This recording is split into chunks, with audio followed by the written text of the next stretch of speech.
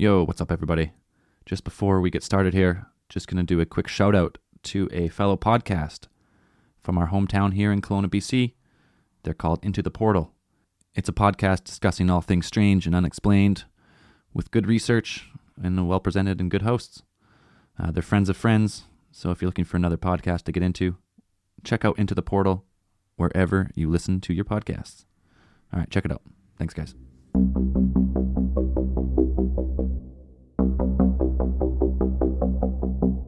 Hello, all you curious creatures out there. I'm Amber Ray. And I'm Andrew McKay, and we are the hosts of Into the Portal.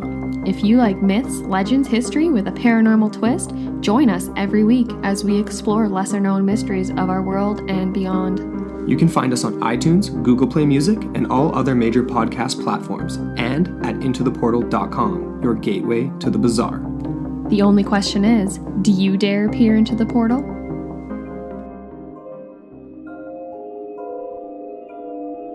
All through human history, strange lights or objects have been reportedly seen moving through our skies.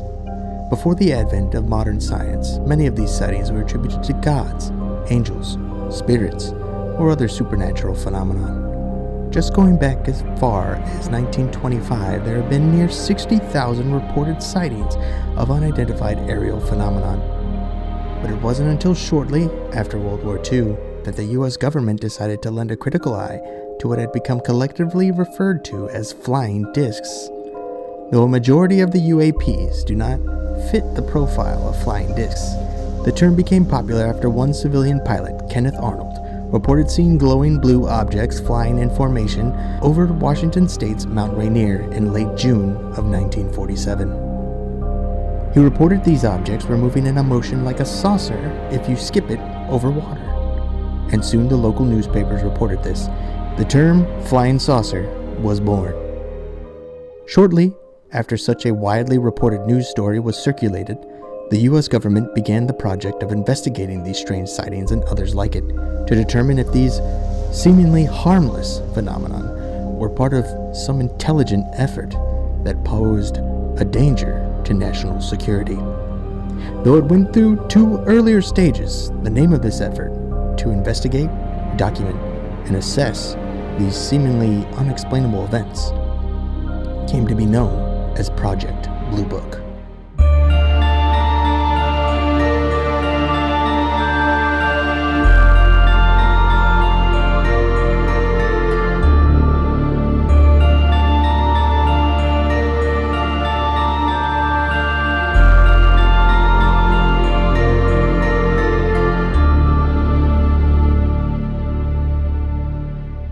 Welcome to Alien Theorists Theorizing, Case File 66. I'm Braden. I'm Zell. I'm Dan. And this is Project Blue Book. Blue Book. I was going to say it in French, but I couldn't remember what book is in French. Nope. Lost it. Nope. Lost it sometime in the last 15 years. Libro Azul would be what it is in Spanish, so that's Libro Azul. Anyways, only 18 days to AlienCon. Pretty excited about that. Ooh, we are hyped. We're getting pumped. It's gonna be. I just looked at the guest list. Zell and Braden heard me geeking out about who's going to be on the guest list coming this year. He squealed. He squealed for like there was an 5 minutes. audible squeal for a little bit. For every name he said. He essentially read everyone from the guest list that's going and went. I got more and more. Yeah. I got more and more excited as I read each one. So they're going.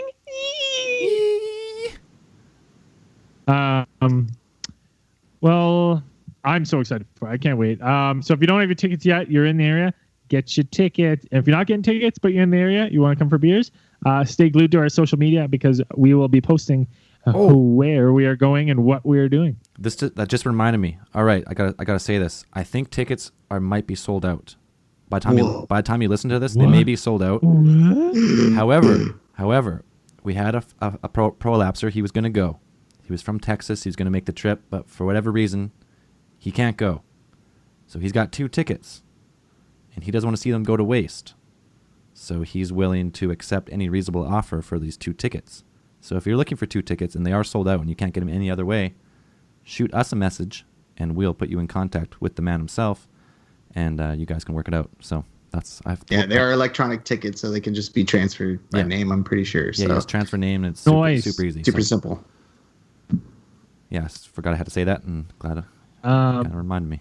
Sweet. I have a feeling this is going to be short, but why don't we just get right into some space news? It's going to be real short. Real short. I actually don't have any space news today. None. All my normal channels of space news were kind of dried up this last couple of days. Nothing interesting is happening in space right now. In all of space. It's a very boring day in space. This past weekend, Jupiter and the Moon were right in line with the horizon. I took a peek at it. Other kind of cool space news. I took a telescope out on the May long weekend, 2 weekends ago. Got a good look at Jupiter, and with this, it's pretty dope telescope, but you could see Jupiter. Nice. And then you could see the tiny moons. Like you could see that there was moons with it. Like you could see cool. You can see them eclipsing? No, you could just see that there was dots beside it that were the moons when I did some further research into it. All right. It's not like I was getting good close-ups, but I looked at the moon, and you look at the moon too long through a good telescope, and it nearly blinds you. But it's so fun to look at. So that was cool. Mr. Conspiracy gifted me his telescope while he prepares to go overseas. So I had it out. It's probably the first time it's ever been used, to be honest. It's actually a pretty sweet telescope. It's not bad at all. Yeah. I was enjoying it. I was camping with all these people I didn't really know. As soon as I busted out telescopes, I had so many friends. Yeah, it's funny how that Everyone works. wanted to see the stars. That's cool. Any other space news? Not really. Nope, Not not really me. at all. To be honest, No, nothing. It's Nothing really. a slow week for space news. Well, since that is, the Randomotron X2 has been fucking smoking me out of here. It's pooched. I think it's got enough juice for one more go before it breaks down. So let's fire up the UFO case file of the week. All right. I'm gonna put it in a Randomotron. I'll see what happens. I'm gonna hit the button. Take out the fire extinguisher. Keep that nearby. It's looking rough. I think I was supposed to oil it. Never did. No. I'm gonna Supposed push. to use mixed gas. Is it mixed gas? I think it's mixed. I'm pretty sure. That's probably the problem. The user's manual was in Australian. I couldn't really read it. It's a 2-stroke, is what you're saying, not a 4-stroke. Okay. I'm gonna throw it in there right now. And stop. All right. Ooh, that's Oh my god. pretty much chewed up the book.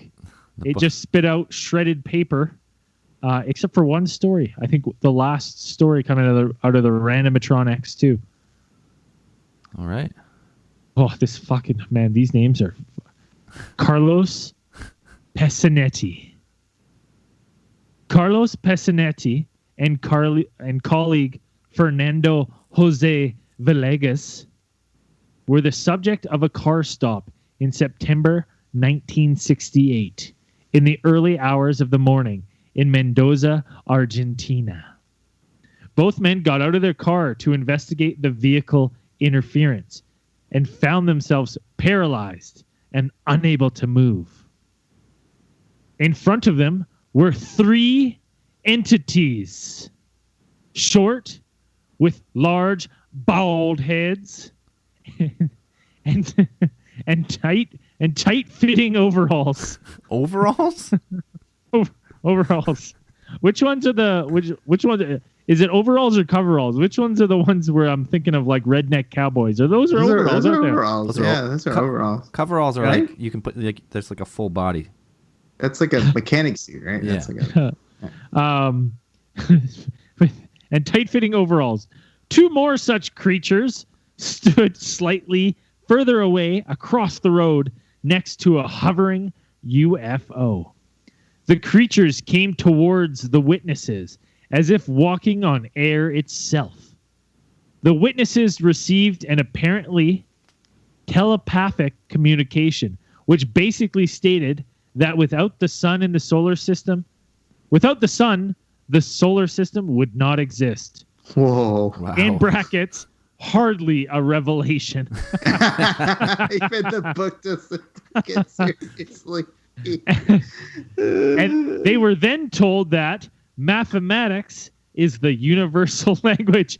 And then in brackets, this is not much better.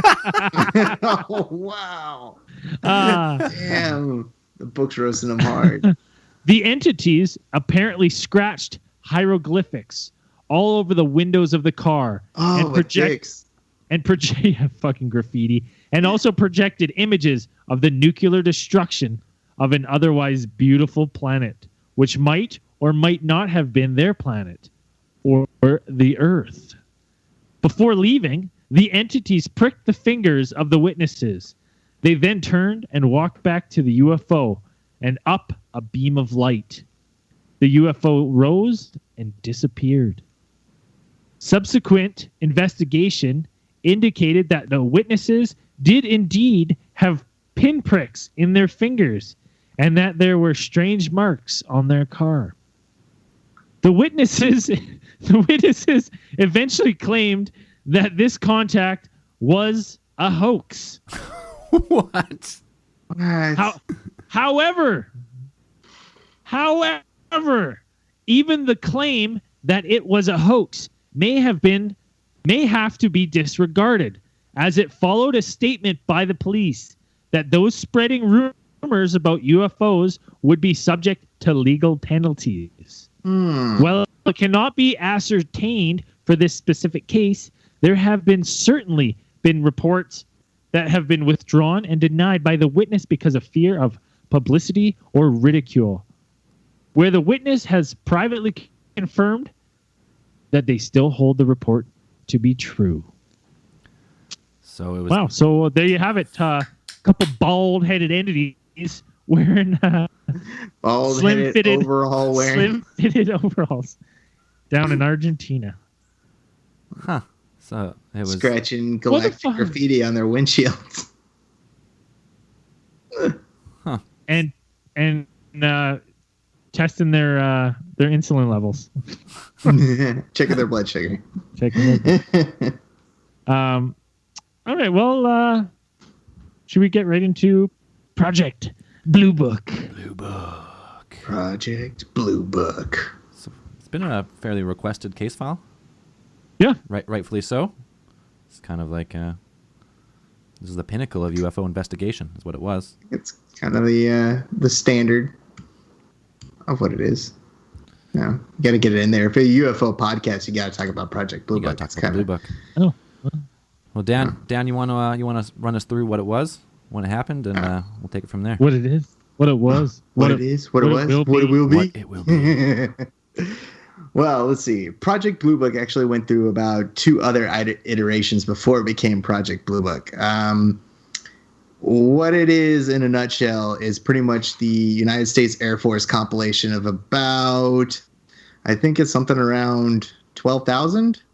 I think it's around 12,000 reported UFO cases and their investigations by United States Air Force, like field investigators.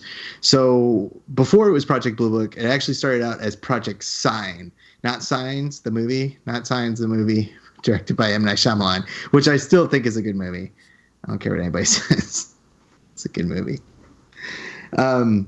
Which movie? Project Sign started out Signs. as a request Movie. from the Air Intelligence of the Pentagon, and they requested basically a report from Air Materiel Command about what was now becoming popular, or the term that was flying around in the news agencies now, of flying discs. These reports of flying discs, which kind of started to shoot up after World War II.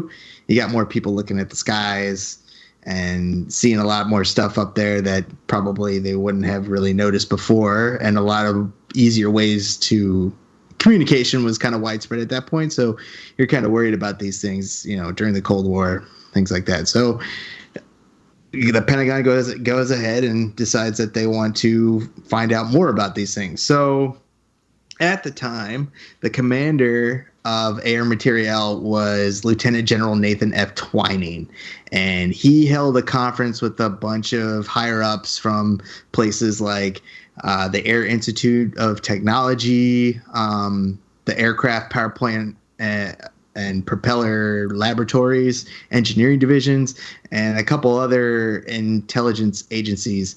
And they went ahead and they came up with an idea of putting forth a memorandum to Brigadier General George Shulgin, who is chief of the Air Intelligence Requirements Division, that pretty much concluded, after investigating reports that had come into them, that UFOs are real, that these things that were being reported, these objects that people had observed in the skies, are real and not just results of natural phenomenon or some sort of hysteria or some sort of psychological effect.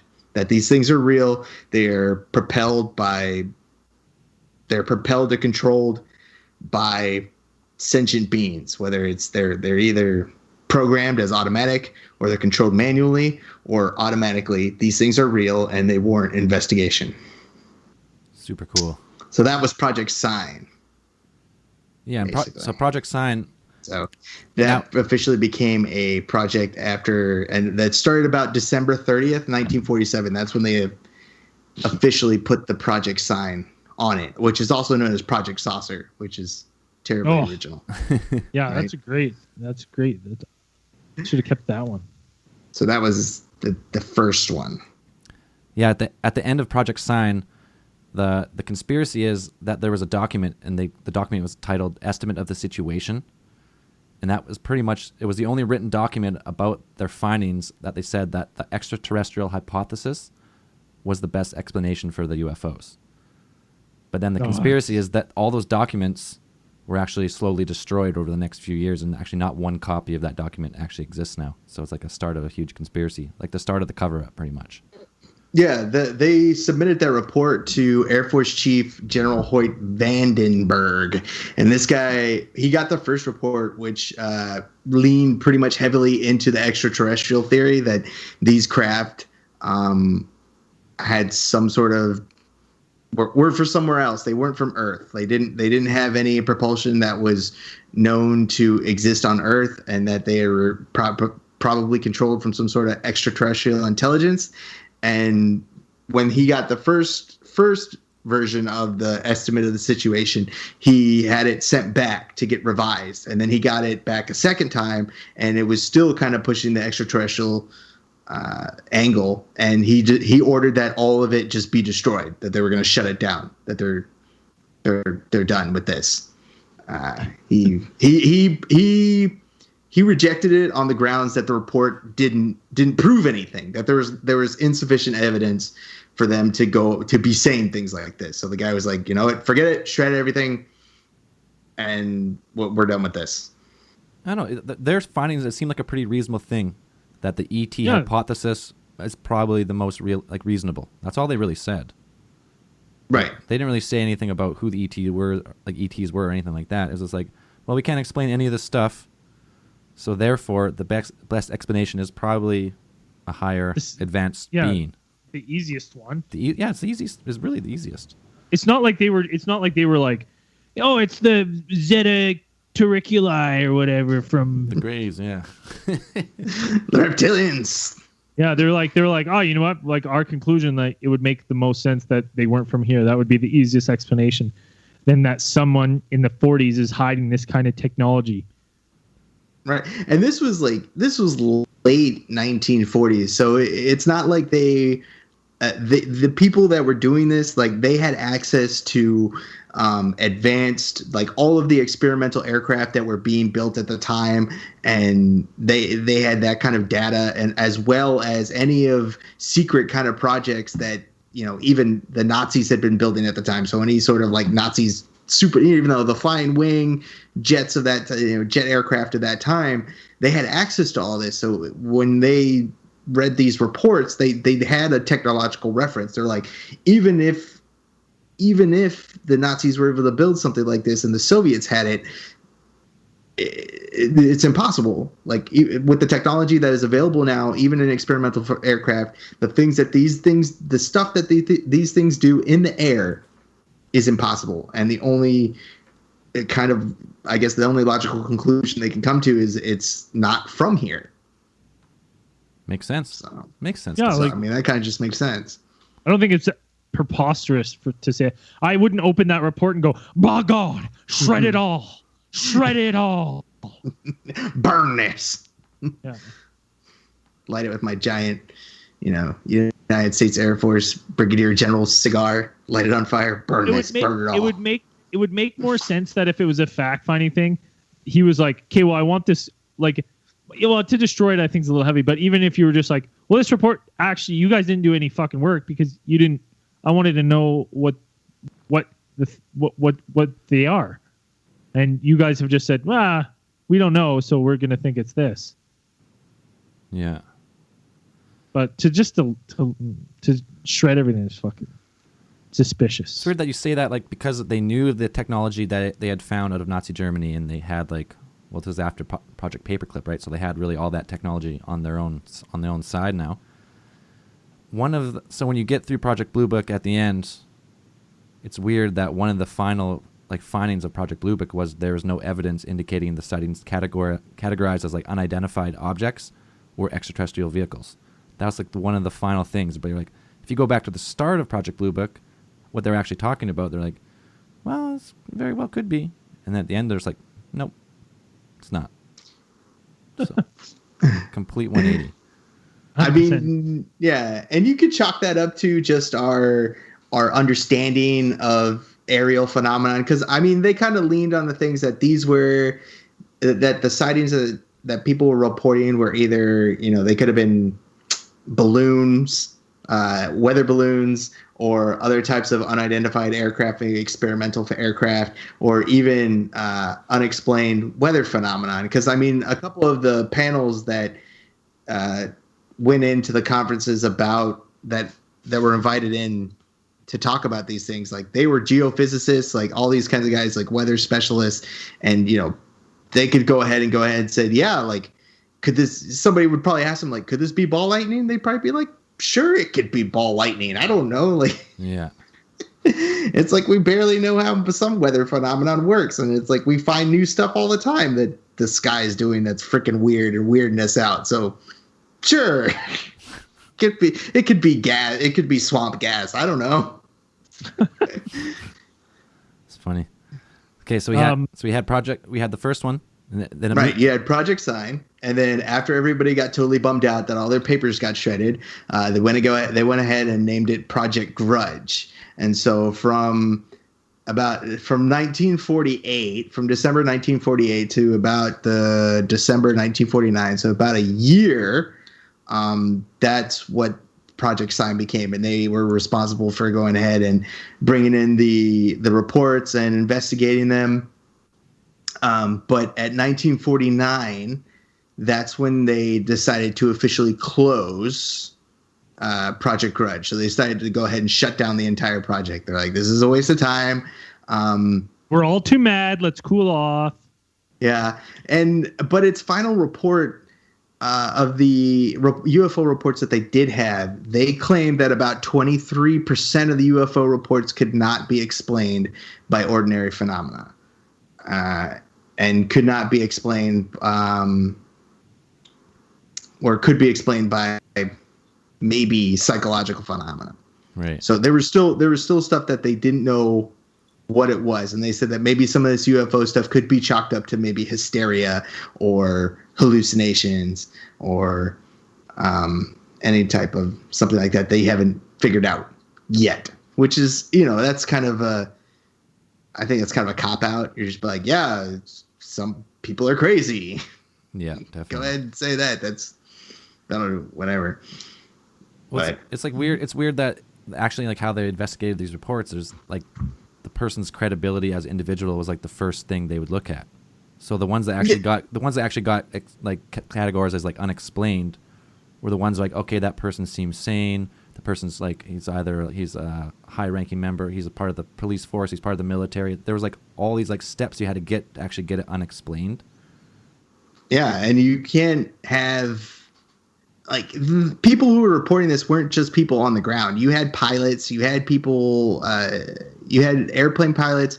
I mean, ex-World War II pilots had seen some of these strange things that were making these reports, but a lot of them didn't want to back it up because they didn't want to be ridiculed, or they didn't want to go ahead and be seen as crazy, because that kind of stuff goes on your permanent record and in the military. You just don't really want that on there. Yeah. I can see that for sure, especially if you want to move up and stuff. Yeah. Can't be making waves. No. But so 1949 rolls around and you have Project Grudge is officially shut down. That doesn't mean that there weren't still UFO reports still going on.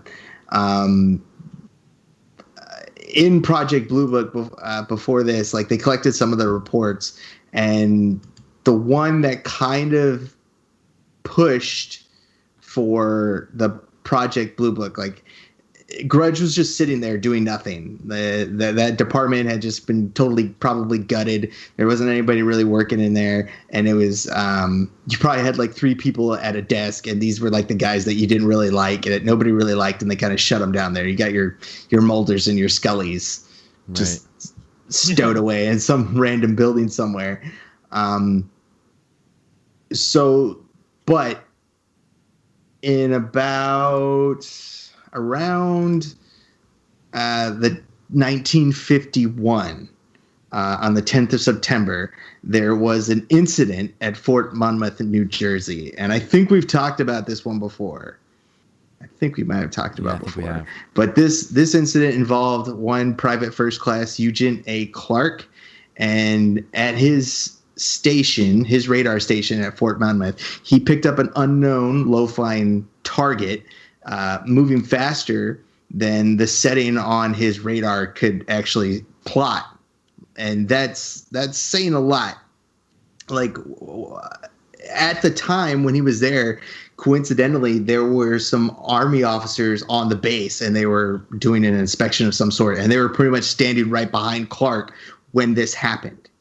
So it's not only you got this one Private First Class sitting there watching this incredible event, you have other Army officers actually watching this, and they estimated that this object that they were tracking on radar was traveling at least 700 miles per hour. Now, in 1951, the fastest an aircraft could travel, or at that time, the airspeed record was held by the F-86 Sabre, which is an American single-edged swept-wing jet. And that was, they could travel at maybe 690 miles per hour, and that's carrying no load, but that's not for sustained flight. So it's not like that they do that all the time. That's like pushing it to the full max that it could possibly go. And this thing was traveling 700 miles per hour, just cranking, just going. It seemed like it's just normal operating speed. And as soon as it got off there, they lost track of it near Sandy Hook, which is about a little bit south of New York City. Now, a couple minutes later, there was actually 2 pilots in the area, and they were flying a T-33 jet trainer. And this was Lieutenant Wilbert S. Rogers and Major Edward Ballard Jr., who was in the rear seat. And they saw something that they could not identify. They did not know what it was. And they attempted to follow this object. They saw it actually bank, taking a course going out to sea, so over the Atlantic Ocean, and they watched it bank at pretty much 90 degrees, and they said that it looked like it was pretty much circular in shape. It was something that they had never seen before, and it is when they were interviewed about it, they were like, this is something we've never possibly seen before. And they they throttled up to pretty fast to try to catch up with it. So about like they were going about 450 to 550 miles per hour, and they were not catching up to this thing. Not even close. And it was gone. Not even close. So they knew it wasn't a balloon, because if it were a balloon, they would have been able to catch up to it.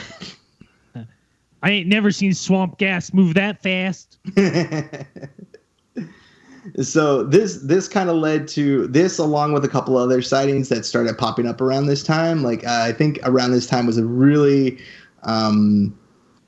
good time for UFO sightings. Like they started to pop up a lot more frequently around this point. And this led to a lot of criticism of the United States Air Force on why they did not have a robust protocol for investigating these claims. And it was kind of come to a conclusion that these craft, or whatever they were, maybe they didn't pose a direct threat to national security at the time, but they did maybe like a secondary threat, as they were a distraction from the real threat of the Soviet Union. So they wanted to know what these things were, and pretty much probably how to get rid of them. And this is what became the Air Force went to go ahead and put together Project Blue Book, which is their protocol for investigating and recording UFO sightings. Yeah, and that went on for like 22 years, right? Mm-hmm. That went on so pretty much from when they put the name on it, Project Blue Book. So Project Blue Book is around like 1940. They took all the stuff from Project Sign. So I mean, technically you could say that Project Blue Book was Project Sign and Project Grudge, because it compiles all of the 12,618 sightings from 1947 to 1969 and puts them all together. And they say about like 700 of those are still unidentified. They can't explain what they were. Yeah, I'm actually looking at the real report right now. It's 12,618 total sightings from 47 to 69, 701 unidentified. Mm-hmm. So the first year, 47, 122 sightings, and the peak was 1952 with 1,501 sightings, and 300 of those were unidentified. Yeah, and the ones that were unidentified are like, some of them I'm sure they just weren't have reliable witnesses or things like that. But some of them are genuinely creepy. Yeah. Like some of them are really, really kind of scary. And like to get the unidentified status on Blue Book, you had like the whole panel had to agree, right? Yeah. So if there was 4 people on the panel all looking into the case, if they're all were like, if one guy was a meteorologist and like everyone was a different discipline of science, and they could all be like, no, like we don't understand what this could be. Like maybe the person telling the story is credible in their account, so therefore we have to say it's unidentified, because we can't say it's any weather phenomenon or known aircraft like within our like realm of physics, like what we can do at this time. We couldn't do it then, so we must say that it's unidentified at that time. It was, at least. So in 52, 300 unidentified. But then you hear sometimes the other side of the story now is, well, in 52 we didn't really know all weather phenomenon. So maybe you could say like maybe half of those now could be maybe even debunked by saying like some newfound weather phenomenon. But that's still quite a few cases that's just like, no, we have no idea. Yeah, it's fucking. You probably chalk a bunch of those up to stuff we know now, but not all of them. Not all 700. Yeah. Well, definitely one of them you cannot chalk up at the weather phenomenon is one of the reports that they had that was on the 1953 Kinross UFO incident. Now, this one is genuinely scary. This happened around November 23rd, 1953, and this actually happened over Lake Superior. And that evening, Air Defense Command was tracking an unidentified target that was moving about 500 miles per hour over the lake. And they actually had an all-weather jet interceptor from Kinross Air Force Base took off to pursue the target because they didn't know what it was. It wasn't being able to identify. They couldn't figure it out. And they they had radar operators actually watching as the F-89 closed in on the UFO, and then as they watched the two blips come together, they watched them merge, and then they were gone. All communication with the interceptor gone. Nothing. They sent out land, water, search parties, couldn't find anything. Couldn't find trace of the craft, couldn't find the two men that were aboard, Lieutenant Felix Moncla Jr. and Lieutenant R.R. Wilson, gone. Couldn't find a single trace of them. What? God. They're presumed dead, but there's never been any evidence to support anything. They're just gone. So crazy. Yeah, and that's definitely one of the that's one of the creepier ones. It's just like that's one of those few ones that you actually had deaths resulting from a UFO that these guys they just completely disappeared. Now, I mean, I know that the Great Lakes are you can lose a lot of stuff out there. I mean, they're really big, so I mean, it wouldn't be hard to say maybe that thing they disappeared, crashed into the water, or something like that. But just like to watch it disappear and lose it completely, no wreckage on the water, nothing. So weird. Just he fucking two guys, not just one pilot, but two gone. Just which lake was that over? Lake Superior. Superior. That's weird because there's something called the Lake Michigan triangle, which is kind of like the Bermuda Triangle in the Great Lakes. Oh, it's creepy. So there's been I believe it. Tons of lost small aircraft and ships on Lake Michigan, but it's not there, so it doesn't have anything to do with it. Well, you got to think too, like in this sort of like event, they would have fucking done everything to recover. Right. Yeah. A wreckage from Lake Superior, right? Yeah, especially when you're tracking the two craft. It's not like you didn't see anything, like they just weren't out there and they just disappeared. But it's like they were tracking something on radar and they actually gave the go to have this interceptor launched and to get out there and follow it. And just shoot. And this thing's just completely gone. That's one of the things, like this is one of the things that Project Blue Book was made for, like investigating these kinds of events and trying to come up with some sort of conclusion. But these are the one of the 700 that are unidentified, that they have no explanation as to what happened. Yeah, and there's that one, and there's probably at least a few dozen really good ones like that. That just like you cannot debunk by any ball lightning or swamp gas. Like there's just some of them are just too crazy. So it makes you wonder. Yeah, that one, Felix. I think it's Moncia Junior. Yeah, that one's fucking insane. Yeah, that's the one, and you can't believe that happened. Now, Project Blue Book officially was, I put that in air quotes because you can't see that on radio. Hold on. Officially. There's the U.S. Air Force reported that Moncia had crashed and that the object of the intercept was actually the Royal Canadian Air Force aircraft. Yeah, it's our fault. Well, when was this? 1953. When did we have the what was that fucking super sweet plane we had? Oh, the Avro.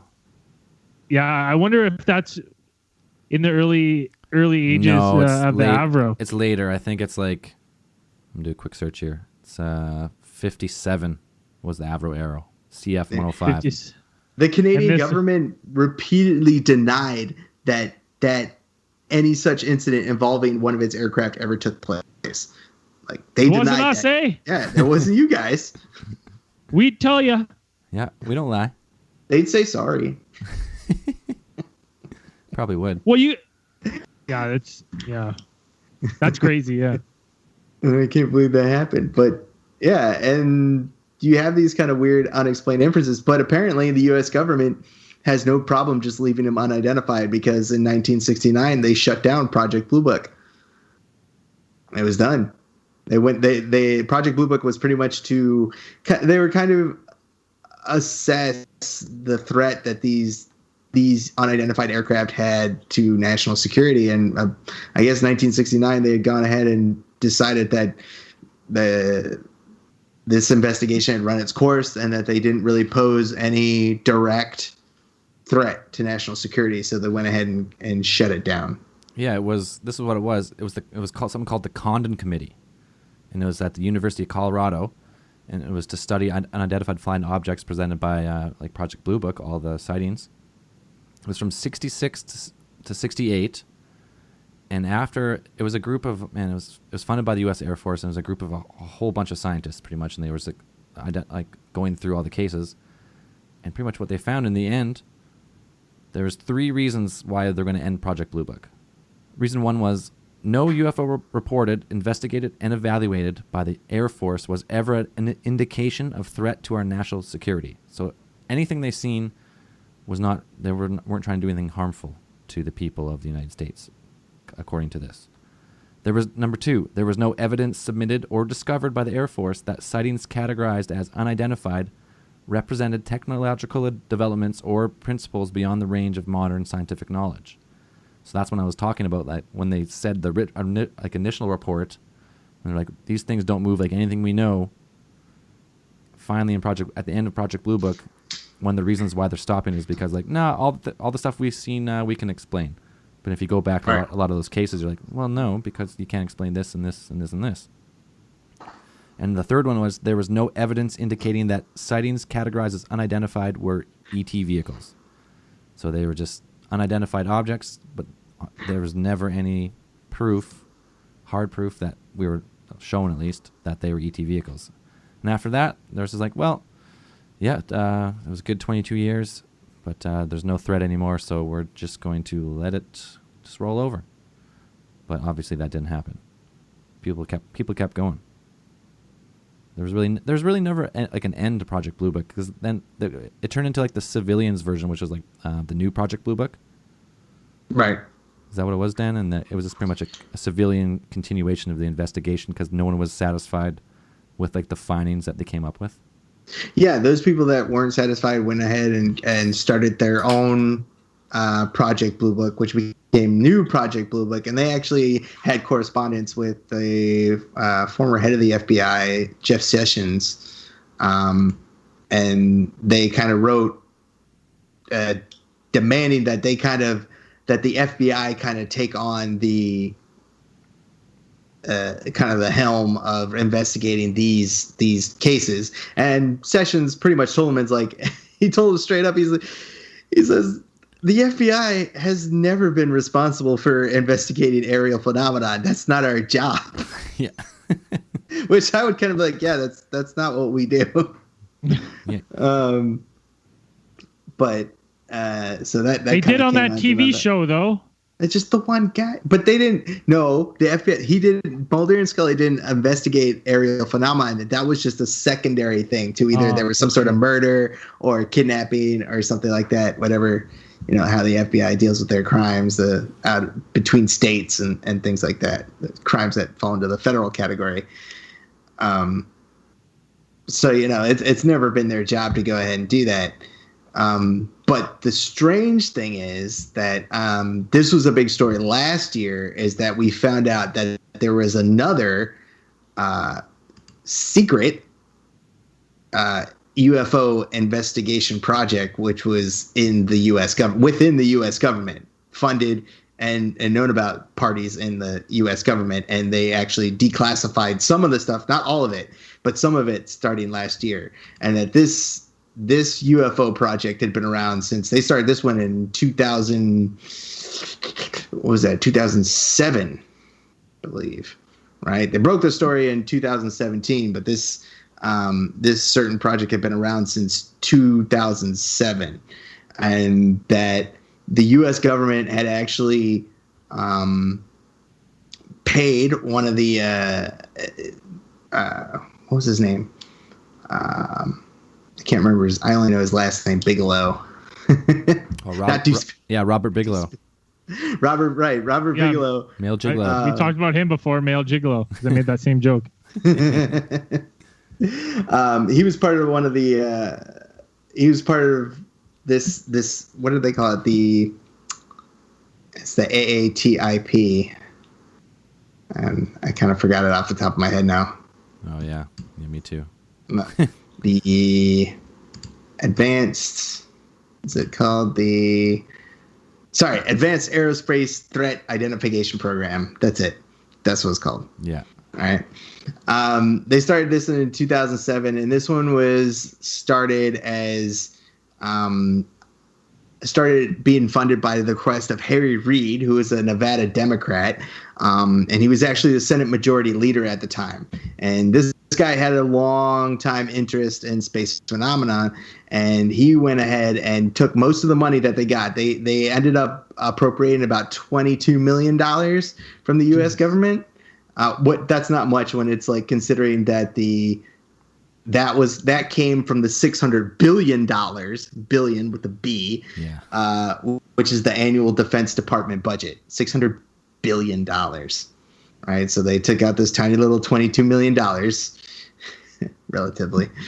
And he went ahead and gave some of that to a who was one of his longtime friends, but he was also he was a billionaire entrepreneur, and also had a lot of he worked on some projects that for NASA and things like this, and that was Robert Bigelow.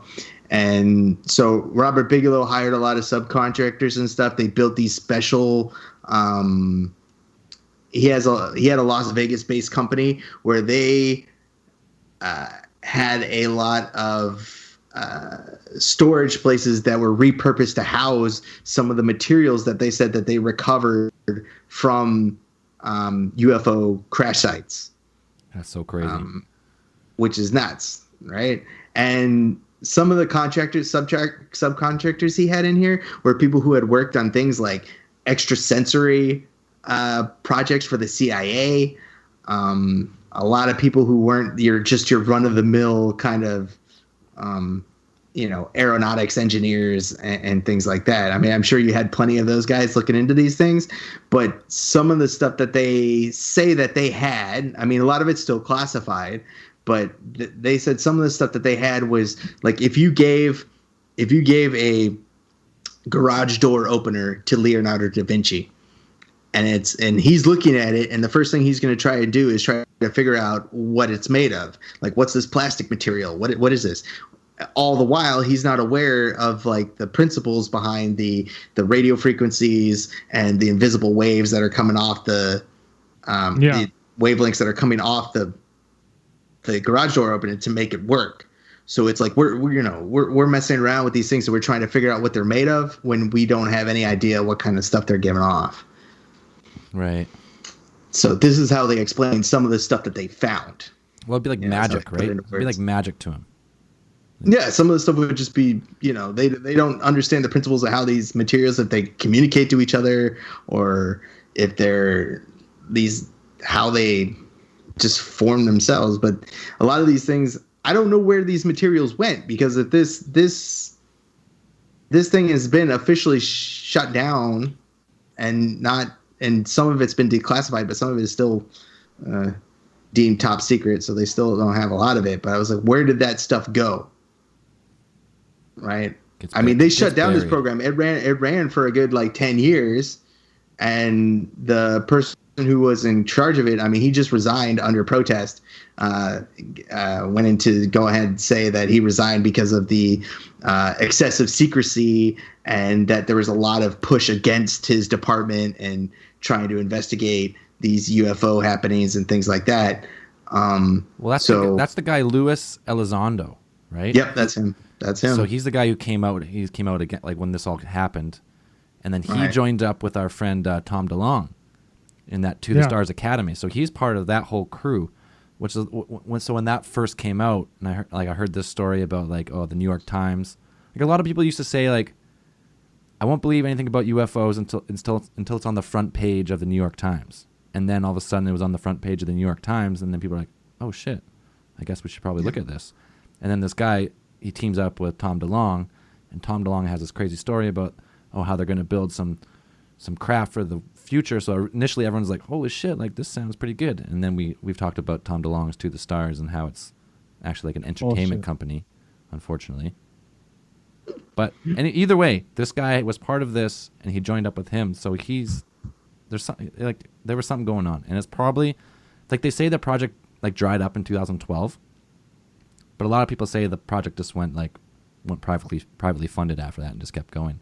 So it could have been even pretty much. It could have even went darker. Like that's the thing. Like you find out about this stuff that this part of the government that was being funded by the U.S. government and was only known by a few people in Congress. Like it wasn't. There was maybe like 2 or 3 people besides the people who were working in that project that actually knew about it, that had any idea that it was there. And it's like it's not that hard to bury some of these projects and some of these committees and things. You can bury these in bureaucracy all day. Like $22 million, they would probably barely even notice that. Like a fucking $20 bill. They're not going to care. It's like a $20 bill.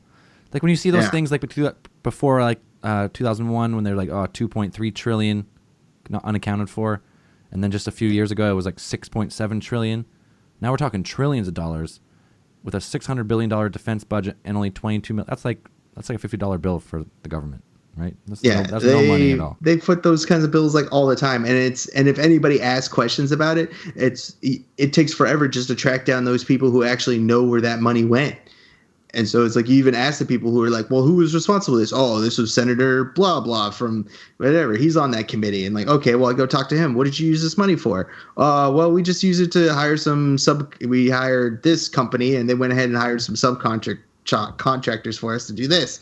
And it's like, so you have to follow that money all the way that way, and nobody's going to do that for $22 million. That's no, like I said, that's like a drop in the bucket. Yeah, it's crazy. You know, so I would just say that this is just an example of like, this is just one project that we happen to find out about. Like, I'm sure there are plenty of more, and especially when it's like Elizondo, he complained about excessive secrecy. Like, I'm sure the CIA has their own projects. I'm sure the DOD has their own projects that they work on and they don't tell anybody about.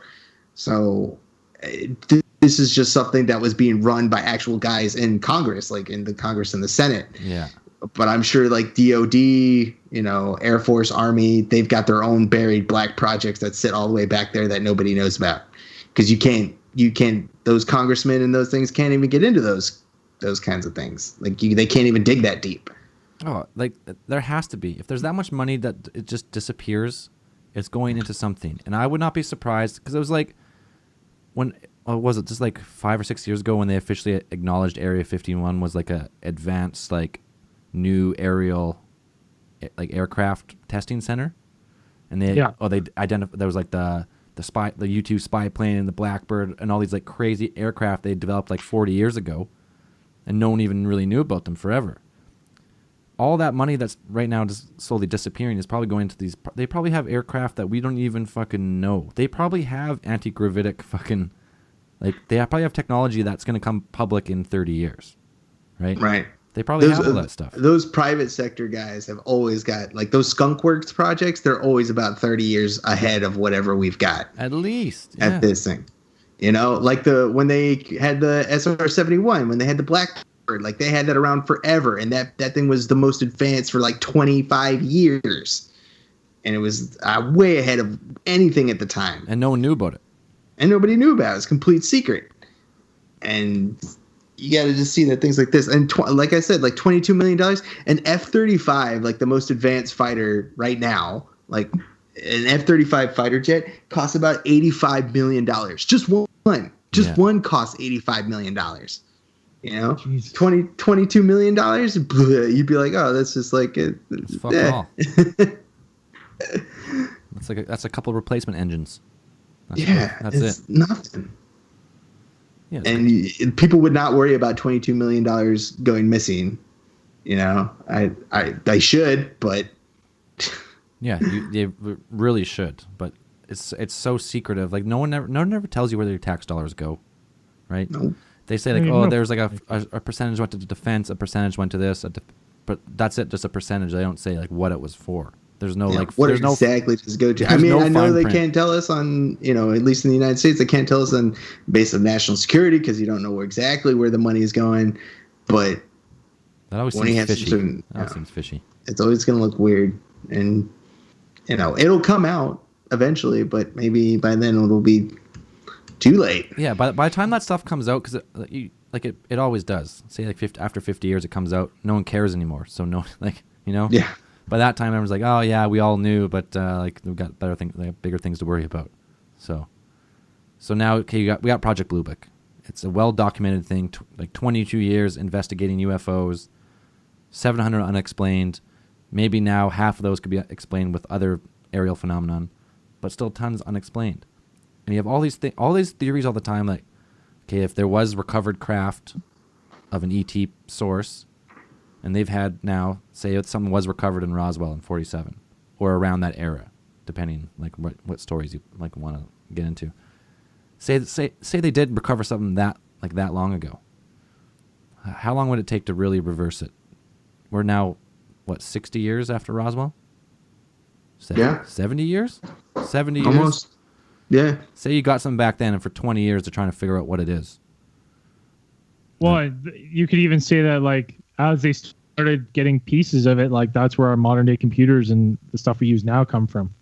Yeah, that is one of the theories, because all of a sudden, like, right, that's like where the technological boom comes from. it was like World War II, like technology progressed quite a bit because, like, war breeds innovation. Like, you're always trying to beat the enemy. But then after that, it just like exploded. Like, technology just kept doubling every 5 years, pretty much. And that's a good theory, but I can also chalk it up to just improved communication, like improved methods of communication. Just the fact that we could do that, that's satellites, being able to talk to people from coast to coast and anywhere within a couple seconds, being able to, email each other. It's just the movement, like the logistics of being able to move stuff around quicker. I think that kind of helped with the like the technological boom. No. I'm not saying that it explains everything, but I think it explains a good chunk of it. Yeah, definitely. Like, I can get on board with that for sure, because we're smart. Humans are smart, right? Yeah. We figure stuff out. But most pretty of easy. us, anyways. Most of us. Well, maybe not most of us. Some of us. But as we said, like the Blackbird and shit, 40 years ago, the most advanced. So if they do have like if they did get ET like technology way back then, like, I can only imagine the projects it's being spent on now and what they actually have. What was that fucking that aircraft, or like a spacecraft that flew for like a year, like 400 days in space or whatever? That was Ooh, you remember that yeah, one? me. What that fucking was? We talked about it one time. Was it 400 days in space? Yeah, it was a drone. It was piloted remotely, and it was what was it called? X-37B. That's space the one. plane. X-37B. Good find. Nice quick one there. Yeah. So Yeah, and no one even knows what it was for. that's true. We don't know what it was for. But the thing is, it's like, man, we still have sucky propulsion. Like, we still are on like liquid and solid propulsion, and we don't have any really like. We haven't got to the point where we're, antimatter or plasma propulsion systems, like Well, that's what I mean, though. Like, practical ones. if they're showing us that plane, and they're like, it's just really just a spacecraft. That's not really that much different than the ones that went to the moon or didn't go to the moon, Yeah. whichever one to believe. The same type of propulsion. Like, once you get up, you can fly and you just keep going. But if that's what they're showing us, so I mean, like, so imagine now that's 40 years more advanced that they're like you probably don't see. So that's what I'm hoping so. At least I hope there's got better stuff than that, because I'm like, these guys you're just playing all the oldies. It's the same. It's the same stuff. well, that's what I mean. Because now let's get to the conspiracy here. This is where we go. So we've talked about the secret space program before, Right. right? So I'm just going to connect some dots out of nowhere. There's no basis in reality here. But say That's why we theorize. We're theorizing. This is called theorizing. So all those people listening right now, they're like, we want to hear the hard facts. There's no hard facts here. This is what we do. It's all theories. It's all theories. So you have a crashed spacecraft of ET origin in Roswell, or that area back in late 40s. A clandestine group of individuals get their hands on it with a lot of money, and they kind of bury the truth, and they bury it and bury it. And eventually, like after 10 or 20 years, it kind of just disappears. And now you have this like all this technology completely separate from the rest of the planet. And for 40 or 50 years, these guys have been developing something that is anti-gravitic, something that we don't even know like how it's even possible that it works. And now, so that's what the original UFOs were. So they had all this technology. We brought one down, and for 50 years, the guys have been fucking reverse engineering it. And now they have a point. This is the conspiracy, that a super elite group of humans knows that this is where the conspiracy world goes, that the end of the world is approaching soon. Not sure when exactly. So they're trying to like raise a space fleet to make sure humans are interstellar, or at least can travel through space for a time to like either populate another planet or be in space long enough to be able to come back and repopulate Earth.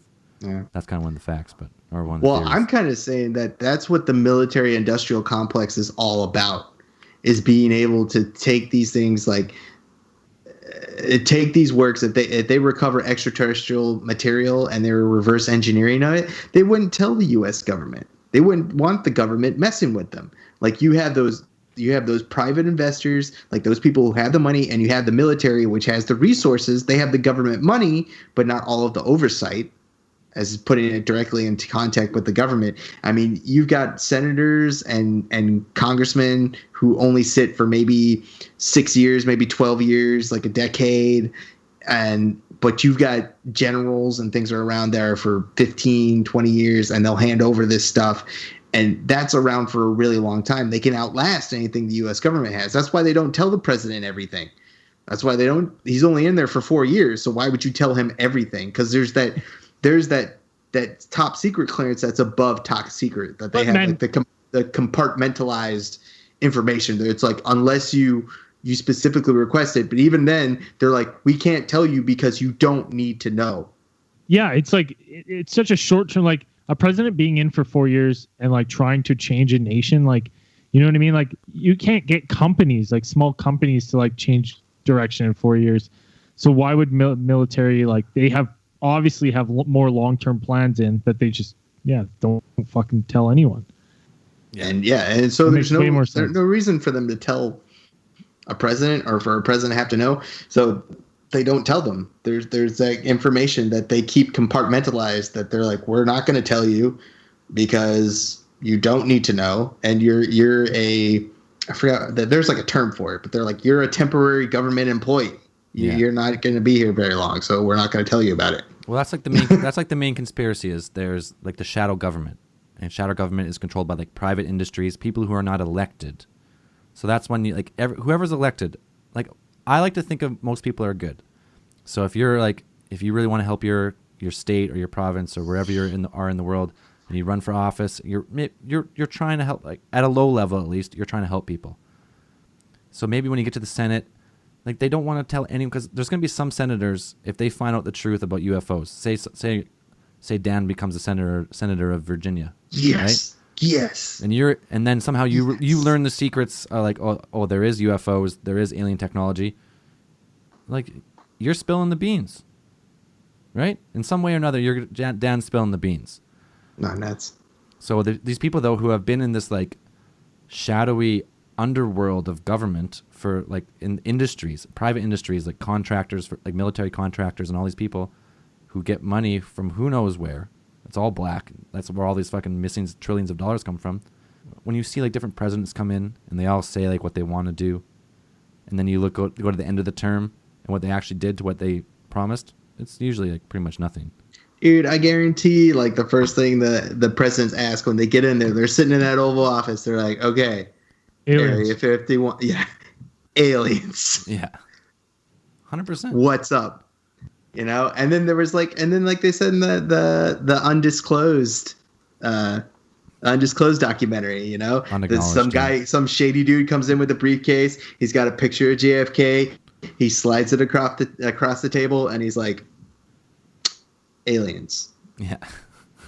You know? Yeah. You slide a picture of JFK. You slide a picture of like Robert Kennedy, Bobby Kennedy in there too. Just like aliens. Yeah. Don't worry about them. Okay. Yeah. Don't worry about it. You know, they worried about it. don't worry about it. They worry just And a little too much. So then it's just like you just keep your mouth shut after that point and get on that tax reform. Yeah, that's way more interesting than aliens. Always tax reform, and then taxes always go up, no matter what reform is done. That's just how it works. Oh God, it's brutal. That what was the guy, the Toronto mayor who smoked meth? Doug Ford. Oh man, Doug, his brother. Ford. His brother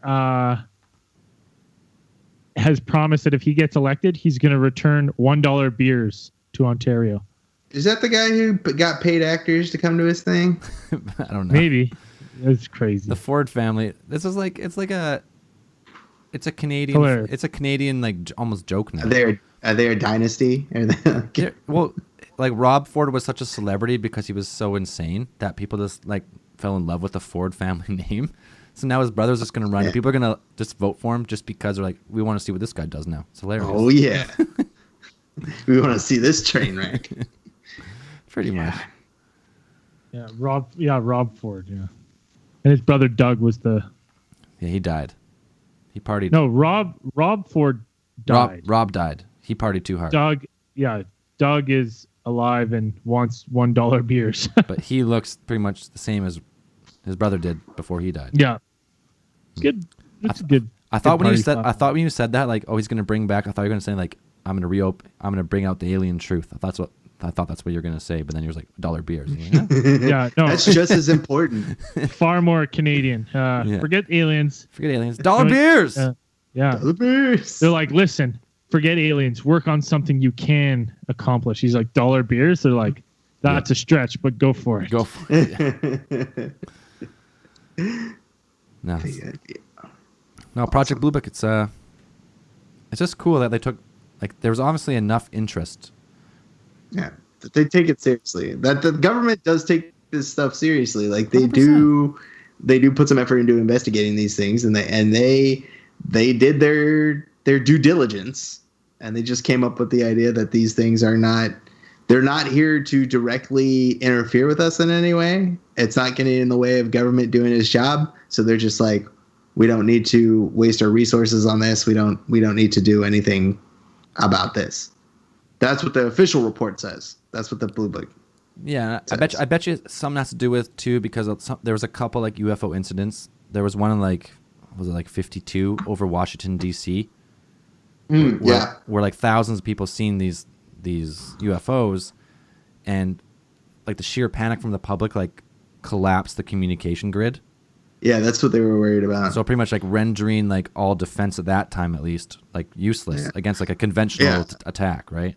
That's what they were worried about. That's why I said that they kind of concluded that it was a secondary threat to national security, and not the fact that it was like a direct attack like the Soviets could have put on us, but the fact that people were calling in all these reports, that they were pretty much downing all the lines of communication or clogging all the lines of communication where there could be reports that are legitimate Soviet attacks at that time, or the Soviets could use these objects as like a mask for something to use to distract us while they were doing something else, or that this phenomena that was going on could possibly what was the other one?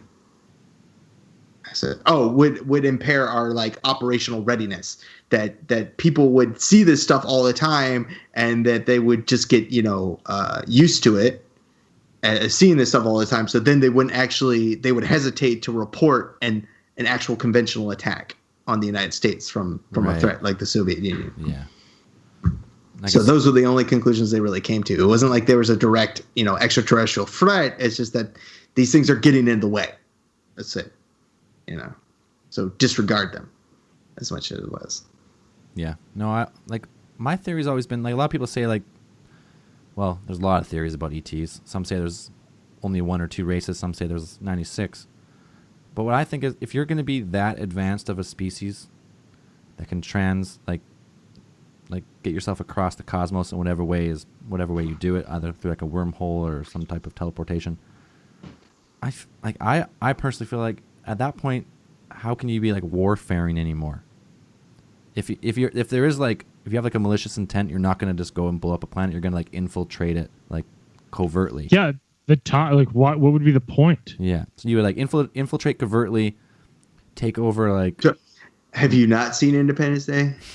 Well, I have. It's awesome, but Well, what would be the point in doing that if you weren't going to push the species to like in the right direction?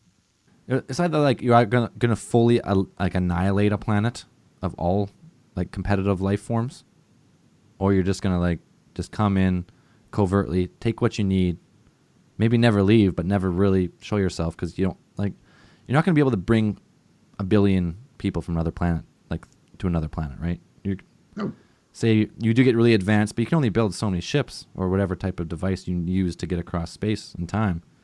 You can't take a whole planet worth of billions of people to another planet. You might get, I don't know, maybe you get 100,000. Like, who knows? But I just feel when you get that advanced, like if humans eventually are going to get so advanced that we can like spacefarer or go interstellar, we're beyond like conflict of borders, right? Well, yeah. If you got to the point where you're a spacefaring race and you could travel from one end of a galaxy to the other, or to different solar systems within a negligible amount of time, like I'm going to say you're going to have some pretty advanced production methods where that collecting resources from a planet would just like waste time when you could find those resources like out in the cosmos. So you could find an asteroid or a meteoroid that you could, if you needed gold, like there's probably gold meteors just like flying around space, and I'm sure you'd be able to find them. Yeah. Or you have the entire planets that are formed of some sort of diamond material that if you needed that, but the things that would be rarer to find are something like water, and a planet like Earth, that's apparently that's hard to find, or that's what they used to think. But now we're finding planets that are in the same area. Like we used to think the Goldilocks zone was like you maybe have 1 or 2 planets in that area around a star, and that our planet was rather rare. But you look at TRAPPIST, and TRAPPIST, like the TRAPPIST system, there's like 4 or 5 planets that sit within that Goldilocks zone, and a couple of them might actually have liquid water on there. Yeah. So it's not like you wouldn't be able to find resources somewhere that it would be, it would be easier to extract the resources from a place that doesn't have a bunch of little like us, squishy meat bags running around messing everything up. Yeah, let's see. It's cool. No, I agree. Yeah. Anything more on Blue Book? Mm-hmm. No, I think we close the book on. Close the book on. Close the Blue Book. Close the Blue Book. Well, let's not even kid ourselves though. Just because they closed Blue Book, they're still studying UFOs, and without a doubt, there's other Blue Books going on. Like it's not. There's just too many sightings around the world, even to this day. Like there's MUFON in every region of the world. Like there's all this stuff, and yes, a lot of them are explained. It's like everyone knows that. It's like okay, there's ball lightning, there's sun dogs, there's like those Einstein rings. There's a lot of there crazy was those phenomena. Jellyfish in Milwaukee. Did you guys see those? Yeah, I did. They're crazy phenomenon. Unreal. Like yeah, there's weird shit out. There's a lot of weird shit in the atmosphere. A lot of weird stuff. So a lot of people will like claim it's and it is a UFO. If you don't know what it is, technically it's a UFO, but that doesn't mean it's alien. Oh no! What do they use? They use the different term now. Is it UAF? Is it unidentified aerial UAP? phenomenon? Or yeah, is it UAP? Yeah, UAP. Is it UAP? Yeah, unidentified aerial phenomenon. Phenomenon. That's what they use now. It's not an unidentified flying object because it doesn't have to be flying. Yeah, but now, so I get that, and so some are UAPs, but some are still UFOs. Some stuff looks like it's flying. Like a lot of people claim they think something's flying. It stops sharply, like really way faster than it should be able to stop. It changes direction and flies off in a different direction. You're like, okay, well, maybe it's a phenomenon, but maybe it's not. So there's still, I think there's got to be 2 terms. So there's still 2. There's something flying around. I think it's getting harder when you got like so much air traffic now. There's so much crap in the sky. Yeah, you got drones, you've got planes, you've got jets, you've got freaking SpaceX flying around out there, and I think it's getting harder to kind of sort stuff out. But that's not to say that. So, like, when there's stuff, when I hear about UFO sightings in cities, like, I am probably more skeptical. I mean, what do you guys think? Like, when you hear about a UFO sighting in a city as opposed to a UFO sighting like in a rural area, which do you think has more credibility? I think it's rural. I personally Rural. Yeah, That's what I think. I think if you're out in the if you're out live in the middle of nowhere, you're hundreds of kilometers or miles from the closest like metro city, like metropolis, and you see planes go over. Like there's probably a plane route over your place. Like you probably hear or see planes multiple times a day, right? But then there's one time where this one guy, he's a farmer in Nebraska or somewhere, and he sees something. He's like, I've seen a lot of planes. I've seen a lot of helicopters every day for the last 50 years. This thing was nothing like I've ever seen. It flew, it stopped, it changed directions, it hovered, it went up, went down, and then disappeared. You're like, it's fucking weird, man. It's super weird. That's something that warrants, that's the kind of thing that warrants investigation. Like you call up MUFON for that stuff, and that's the kind of thing that needs to be in there. But it's hard. It's just so hard to investigate these kind of things with a serious lack of physical evidence. Like you see these things flying around, and all you have is anecdotal evidence. Like this is what I saw. I know what I saw, and it's like, okay, you kind of can just go with you have to go on the credibility of your witness. You're like, okay, this guy doesn't seem really crazy. He's got his background checks out. He doesn't have any mental diseases or stuff like that. So, okay, maybe he did really see something. And it's like, okay, he did see something. Now, what is it? Well, I don't know. Okay. So until you get your hands on some physical evidence, you get a crash or you get something, or you get a pair of those tight fitting silver coveralls that they wear, you're never going to really find out what it is. Also, I mean, we're in the age now where it's like you can instantly broadcast anything. So, say one of these UFOs crashes. It's not necessarily ET. Maybe it is a government project that's still dark and no one knows anything about it. You can Facebook Live or like live stream on YouTube instantly with no editing or no cuts. Like you can't really fake anything, right? Yeah, it's pretty hard to fake. Like I'm sure I guarantee there's ways to do it, but not that many people know. To like overlay like a live CGI over a live feed, it's probably super hard, but I'm sure you could do it. But if some random farmer is in his field, but he's still got like 4G technology on his phone because he's got like a radio tower just 10 miles from his house, some fucking thing crashes in his backyard. He goes out there with the camera, Facebook Live is like, hey, I think it's a UFO. That would be like almost impossible to debunk. But until we get that's like, you really need something like that for people to really get on board. Yeah, it's got to have like for me, it's got to have like multiple confirmation. You got to have a couple people see it. Like you need to see 1 or 2, 3 people who aren't related see it and confirm that this is what happens. And you need a piece of it. Like you need a piece of something that actually came up there for me to be actually convinced. It's like, okay, you got something there. I'll give people the benefit of the doubt all day that it's like, yes, you did see something, but I'm not going to say right off the bat, yeah, you saw a UFO. That was piloted by an extraterrestrial. That was some sort of like a probe or something. I could theorize all day on what it possibly was, but I'm not going to definitively say that that's what you saw. That's definitely an extraterrestrial craft. Unless you touched it and you got a piece of it to show me, I can only give you just the benefit of the doubt. I can't give you total. Yeah, but say now maybe there is like a government agency that does like, take crash craft and hide it. They got it. I know they do. They definitely. So if they got it, so I mean, like, so if like, say you're a farmer, you Facebook Live fucking feed this fucking crashing object. The next day, your video is removed from the internet, and you have no wreckage. That guy's probably pretty legit because they probably like silenced him. They're like, you can't talk about this. We're taking everything here, and that video in your phone is now ours and gone. Like, that stuff's got to go quick. I mean, it would definitely probably come down quick as anything, and there would be military because everything is tracked. Everything. over the airspace. Like over airspace, especially in the United States, everything is tracked. And if something came down, they would know about it, and there would be people out there within, I would say, within 45 minutes to an hour, depending on how far they were. Yeah. You'd have someone out there, whether it be police, whether it would be your local police just standing out there coordinating it off, and like they'd get a call from the U.S. government, like just block it off. Don't go in there. Just block it off and wait until somebody gets there. Yeah.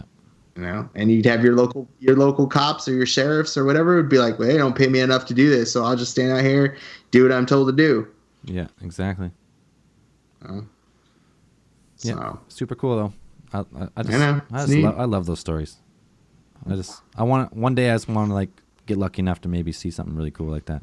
Oh, that would be the best. Imagine we see something in Pasadena with a bunch of our fans. Oh, that'd be neat. Be ultimate. Battle Pasadena. It's a aerial fucking laser battle when we were there. Oh god, freaking! What were they like? Dead people robots or something? No, like Dead people robots. That movie. That was a bad movie. That's a bad movie. God, I was so excited for it too. I was just like really disappointed. Are you talking about Battle? Yeah. That's cool. There's actually two. There's like a crappy one too. There's like a crappy like there's Battle Los Angeles and there's Battle of Los Angeles, and like Battle of Los Angeles is a really, really, really, really bad one. I think it's like one of those asylum movies, like those really cheesy B movies. They're really bad. Right. But it was like the same movie. It was the same plot line. It's freaking weird.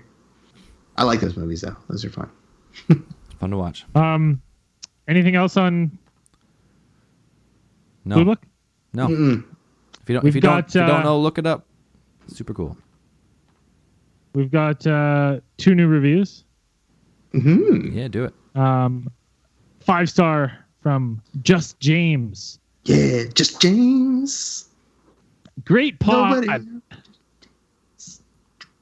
Great podcast for anyone wanting to be more open-minded about their surroundings. It's not tirelessly in depth on the subjects and has a great amount of humor in every episode. Definitely my number one podcast. I listen to. I think it was. Oh, I read. I read that wrong. Is it number one podcast I listen to? Oh. Much love from Sam and Arm, my brethren. Hope to meet you guys one day. Well, you're not far from Kelowna, so that's not out of the realm of possibilities. That's the closest review we've got. Yeah. Long overdue from the one true Mad from the USA. These guys get me through the week. Every Monday, I start at Case File 1, and by mid to late Thursday, I've listened to every one of their pods. Keep up the excellent work. P.S. I travel the entire U.S., and it's actually pretty hard to find a Canadian tuxedo-clad hero. But I've met Jay Leno, so maybe? Is Jay Leno Canadian? No. Jay Leno's not Canadian. He's from New York or something. Yeah. Yeah, where's he from? Yeah, he's from New York. Okay. Wait. So we get him through the week. So he listens to all the podcasts, like all through the week, every week. I guess so. Yeah. Dang, that's dedication, dude. You're gonna get bored eventually, man. You have to find a second show. Gotta find something else to listen to. Yeah. We're only given like one episode a week or more now, so you're gonna need a couple extras. I got some new Patreons. Ding, ding, ding. Some new people supporting the show. Thank you very much. Laura Wilson Anderson. Tyler Weiss went up in his pledge. Nick Smith. Darth Nerf Herder. He went up in his pledge. Shannon Miller. Oh, our friend from 401 Files. Our friend Ben Walgate. He's been a longtime prolapser pretty much since the beginning. And he's actually started his own YouTube channel, 401 Files, where he does kind of like a vlog, and he talks about aliens, supernatural. It's pretty good, so go look him up. Brianna Servasio pledges. I can't remember where I left off last time, but I'll read a couple more because I'm not sure. Diego Arroyo. Mark Walls. Joshua Martinez. And I think those are all the new ones for sure this week. Now, I'm not sure when I'm going to read them all again, but it's going to be within the next 1 or 2 case files because everyone deserves a little shout out. And I got to do Zell's prolapse of the week. Last case file, everyone remembers our good pal, Doug Champagne, right? Who did the tattoo? Yeah. Yeah. Well, I saw that. For the first time in the history of Alien Theorists, I'm giving a two in a row to Mr. Doug Champagne. Back. For the reason is... Two time. Two times is right. I don't like... He sent us a message after the last case file. I don't like you guys that much. I did my research. His tattoo he actually got looks a lot like our logo. Pretty much exactly. But it's actually a geometric marking that was in red, which was seen by the patrolman Lonnie Zamoro on the hatch of a large UFO that landed near Socorro, New Mexico in April 1954. So he actually got that logo from something that he read, but then I think Doug, I think he might have still messed up our saying, but we still love you either way. No, he didn't. We changed it. Oh yeah, sorry, we've actually changed it forever. But yeah, so two-time prolapser of the week, Doug Champagne. I can't remember her name now. My phone's dead. On Instagram, someone sent us a T-shirt idea for our new T-shirt contest, and it was just a single eye in a sky. Really? So I had a good chuckle at that. The other thing I wanted to read is I wanted to read one more review because it's fucking hilarious. Did someone send it to us on Instagram or Twitter? I sent it to you. Zell, in that text message. Oh, I know what you're talking about. I do know what you're talking about. I gotta fucking pull it up here. It's so funny. I don't know if he did it or not, but it's one of the funniest things I've ever seen. Yeah. So about a year ago on iTunes, I guess there's an old review from a 5-star review from none other than Mr. Conspiracy. Zell, if you can pull it up. I got it. Zell, can you read the Mr. Conspiracy tweet? I got it from 1 year ago. Look it up. 5 stars from Mr. Conspiracy. I'm not really sure how good the show is because I never listened to it, but I gave it 5 stars because I'm on it when it's convenient. This is even better. So I contacted Mr. Conspiracy, and he confirmed he did not write that. He didn't? No. Oh, the plot thickens. So someone like perfectly captured his essence in a review. Funny. So if you are doppelganger, if you are Mr. Conspiracy on iTunes and you wrote us that review, kudos to you. That was well played. We all had a great laugh. Yeah, it's hilarious. It was really fun. I believed it was really him. It did. It sounded like something he would say. I did tell Ryan though. I was like, if it was him, it's the funniest thing he's ever done in his life by far. So I've been so good. But anyways, we got anything else? Anything else before we wrap this one up? Yeah. If you guys like rock and roll music, please look up my band Lucky Monkey. We're just we're working on new tunes right now, and we're trying to make a little bit of impact with the next 5. So if you go to Spotify or any other place that you stream your music, search Lucky Monkey, and just follow and play. Even if you don't like rock and roll, just who cares? Mute it. Mute it. Put it on repeat. We'd appreciate it. That's it. All right. Well, like we've always said, and always will say, keep that eye on the sky. That was also wrong, but still funny. No, keep that eye in the sky. Keep those eyes in the sky? No, it's keep those eye. Those? I can't use those. It's plural. It's keep your eye in the sky. I think we're butchering it. Either way. Doug Champagne, you're the man. We're out. Yeah.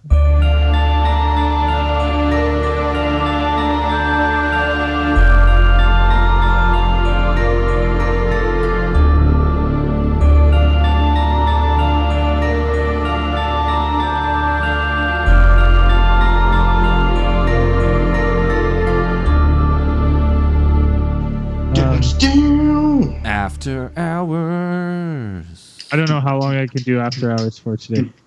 No? When did you want to do Bigfoot? Did you want to do that tomorrow? Oh, you guys didn't do a Bigfoot on Saturday?